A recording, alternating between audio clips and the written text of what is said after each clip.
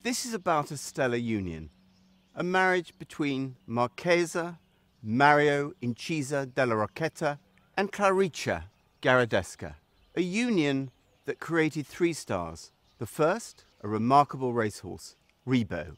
As post-war Europe was in depression, this feel-good factor horse set the world alight with 16 wins on a trot, 2 Arc de Triomphe back-to-back.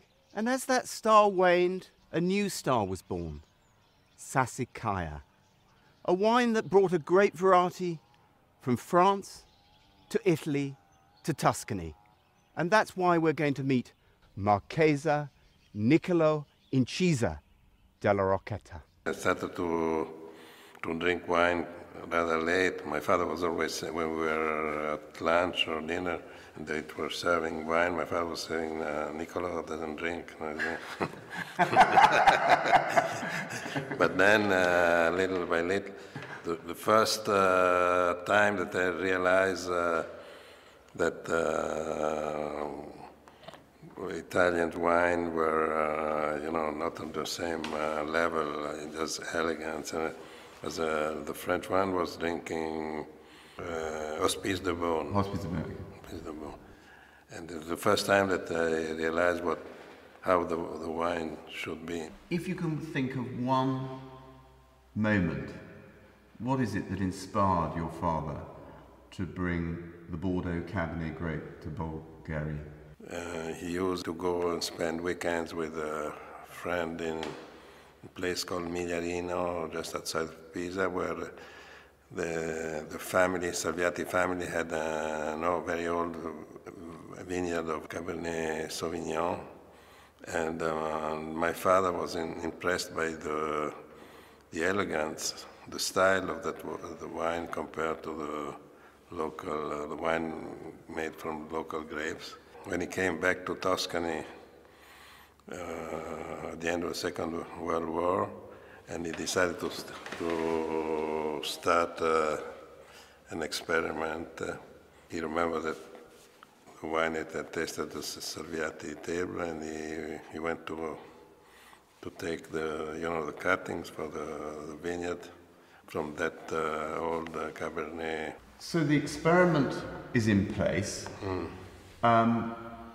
And we're now talking sort of mid to late 60s. At that time, the wine was an experiment. The number of bottles was very limited, and the people that were invited, only people who were invited for dinner. Family and friends. Family and friends were drinking this wine. This cousin of mine, Gerardo, he was a good palate, a good drinker. It was the first one that really started to appreciate the wine. So my father made a deal with him because they had a property near Pisa where they were breeding sheep, making cheese. So my father was giving him 24 bottles for each cheese, which was, I think, a very high price for the cheese because I think but that went on, everybody it's a story that went on for many, many years, and it was the first time that really somebody realized how good the wine was. So that was a sort of catalyst, that was the sort of starting point of change? Yes, yes.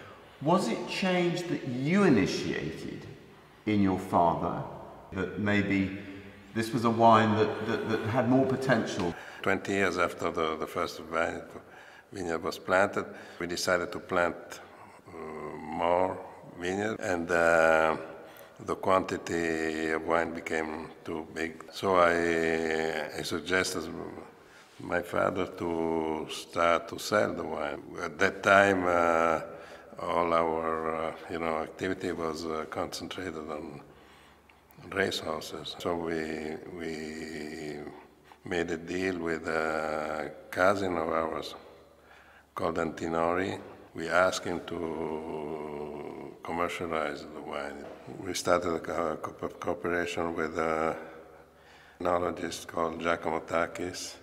Takis convinced us to to ferment the wine in stainless steel. Your father was very keen on the wood. Yes, on the wood, and then my father was a little worried.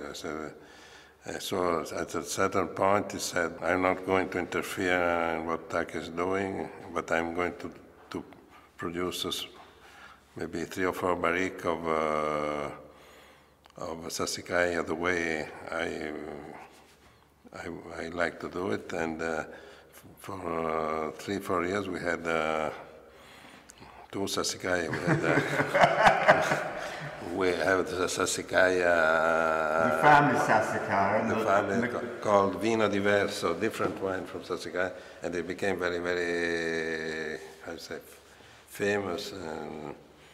But unfortunately, we have very few bottles left. Do you think your job is done when you get a 100-point wine?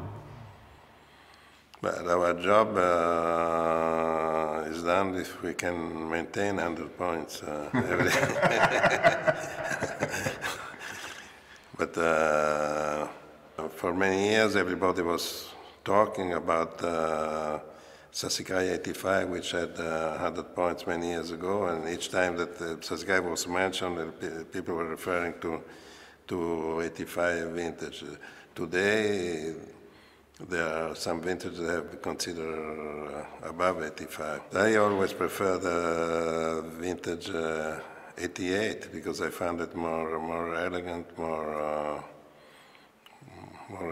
elegant. Approachable. More approachable, nicer for me to drink. And today we have a couple of vintages like 2009 and 2011, which are same level as the 85.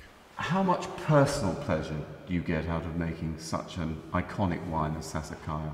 The success came out little by little. It was something that evolved. Yeah, and it's a great, well, certainly great satisfaction, great pleasure, and I'm only sorry that my father died too early to really realize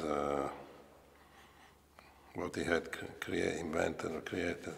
Because Baron Philip Rothschild complimented your father, didn't he? He wrote a letter to my father saying, cher ami and collègue, I found your wine a little farouche. But my father was very proud because he called him colleague. So yeah, absolutely. He was charmed. Yeah. What is the funniest experience you've had in your life in wine? In Canada, they release the wine in February when it's very cold. I went to see the people waiting in front of a wine shop. They found a sort of club saying, with a badge saying, I froze my ass waiting for 81 Sass. Fantastic. Where do you see Sassicaia going? The future for me would be to have another top racehorse. Absolutely. To have it side by side with the Sassicaia. Well, you had it in Rebo. We had in Rebo, yeah. Who was an extraordinary horse. But now it's time to have another one because Rebo was more 50 years ago, so it's a long time.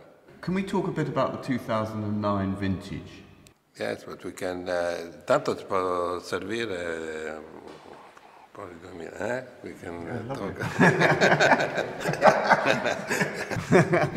I think it's a very classic Sassicaia, but with a good structure, but soft tannins is more approachable than the 01 vintage.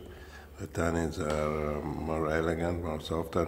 And what I like in this wine is that it's open, it's growth in your mouth. It's not, you don't have aggressive tannins when the tannins are soft, but then the wine becomes bigger while it's in your mouth, and it has a long finish. your best health.